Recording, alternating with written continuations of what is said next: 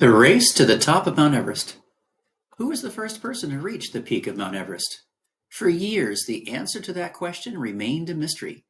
Sir Edmund Hillary and Tenzing Norgay, the first two people to reach the top, kept it a secret. They would not tell who first stepped onto the peak on May 29th, 1953 at 11:30 a.m.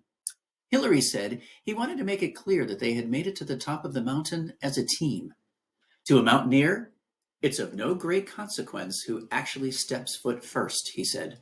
Still, they weren't able to keep the secret forever. Eventually, Norgay revealed that Hillary had actually been the first person to reach the peak. Reflecting on this, Hillary said, "Often the person who puts more into the climb steps back and lets his partner stand on top first." Was Norgay disappointed to be second? Most likely not. He said, "If it is a shame to be the second man on Mount Everest, then I will have to live with this shame." After this experience, Norgay and Hillary remained friends for life. Hillary and Norgay were far from the first people who attempted to reach the summit, but those before them didn't reach that goal. As far back as 1921, people began trying to be the first to reach the top of Mount Everest. Most of the other mountains in the world had been successfully climbed. Outer space travel was still just a dream. Mount Everest was every climber's chance to be first.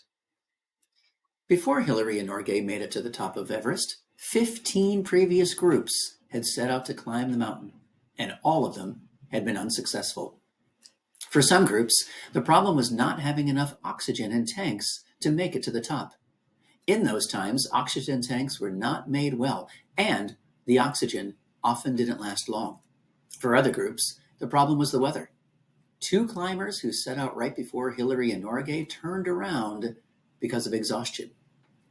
They were 300 feet from the peak, less than the length of one football field. In all, 13 people died trying to be the first to make it to the top.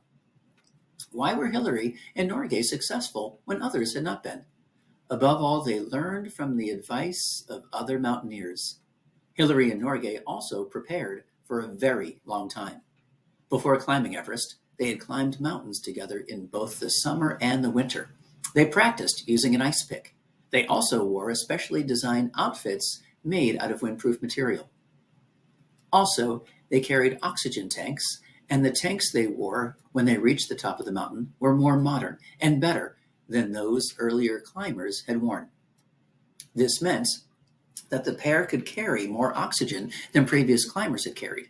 Also, Hillary and Norgay had good luck with the weather. After decades of dreaming, years of preparation, and weeks of climbing, Hillary and Norgay spent just 15 minutes at the summit of Mount Everest. They took photos, planted flags, even looked for the bodies of climbers who disappeared before them. Although people have since climbed to the same spot as Hillary and Norgay reached, it's Hillary and Norgay's climb that people across the world still remember. The climb is remembered because it